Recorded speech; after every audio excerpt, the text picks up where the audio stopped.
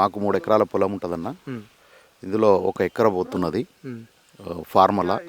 ఈ గత ఆగస్టు 6 తారీఖున గెజిట్ నోటిఫికేషన్ చేసిరండి. ఎందుకొరకు చేసిరో కూడా మాకు ఇన్ఫర్మేషన్ లేదు. గవర్నమెంట్ తన అధీనంలో ఉన్నది కదా అని విచ్చలవిడిగా దౌర్జన్యంతో అధికారంతో వాళ్ళు అవలంబిస్తున్న తీరు చాలా బాధాకరం అండి. ఎందుకొరకంటే ఇప్పుడు మా విలేజ్లో 987 ఎకరాలు సేవన్ ఇలాంటి ల్యాండే ఉంటుందన్న. అక్కడ చూపించండి ఒకసారి. 987 ఎకరాలు ఇసుంటి పంటలు పండే భూమినే ఉంటుంది. ఉండొచ్చు చిలక పలక లాంటిది ఏదన్నా ఒక 100 ఎకరాలు ఉండొచ్చు, కాదంటలేము.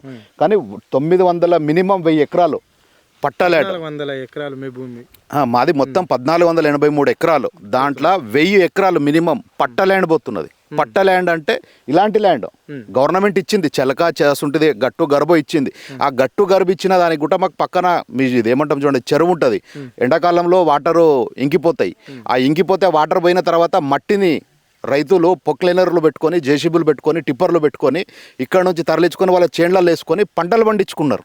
ఒక్కొక్క రైతు తక్కువ అంటే ఒక 2 లక్షల రూపాయలు 1 ఎకరా ఖర్చు పెట్టుకున్నారు. అట్లా ఎంతో మంది రైతులు వాళ్ళు ఇచ్చిన గవర్నమెంట్ భూమిని, అదే ఇందిరమ్మ పీరియడ్లు ఇచ్చిన భూమిని, ఆ భూమిని వాళ్ళు శస్యశ్యామలంగా చేసుకున్నారు. అలాంటి భూమిని ఈరోజు ప్రభుత్వం తులనాడము, అక్కడ తొండలిల్లయి ఏమి కూడా పనికిరాదంటే ఒక్కసారి వాని కళ్ళతో ఈ భూమిని చూడమంటున్నాం మేము.